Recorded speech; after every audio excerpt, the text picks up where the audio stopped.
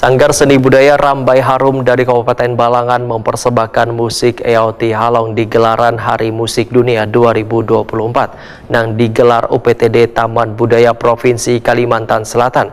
Musik Eauti Halong yang ditampilkan adalah ciri khas Dayak Halong yang ada di Kabupaten Balangan. Sanggar Seni Budaya Rambai Harum dari Kabupaten Balangan mempersembahkan musik Eauti Halong di gelaran Hari Musik Dunia 2024 yang digelar UPTD Taman Budaya Provinsi Kalimantan Selatan selama 2 hari, yaitu 21 dan 22 Juni 2024, matan pukul 16.00 hingga 23.00 WITA. Diikuti seniman musik dari 13 kabupaten dan kota se-Kalimantan Selatan.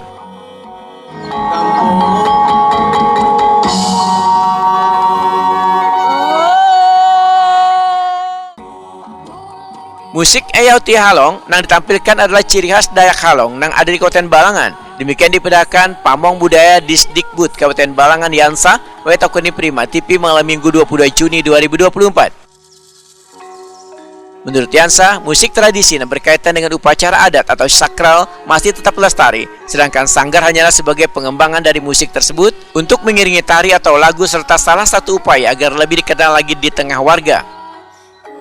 Sebenarnya di Halong itu lebih konkret dari 3 aliran sebenarnya secara ragam musik gitu ya. Ada gamelan Dayak, ada basic kelong itu dari seperangkat kanong dan lain-lainnya tadi. Ada musik kulimpat atau gandang.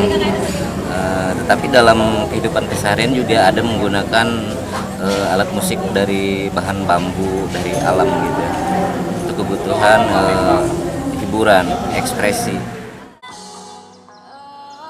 Yansa menyatakan, ada tradisi memainkan musik Eauti Halong ini masih kental, bahkan hampir saban bulan dimainkan di gelaran upacara adat di Kabupaten Balangan.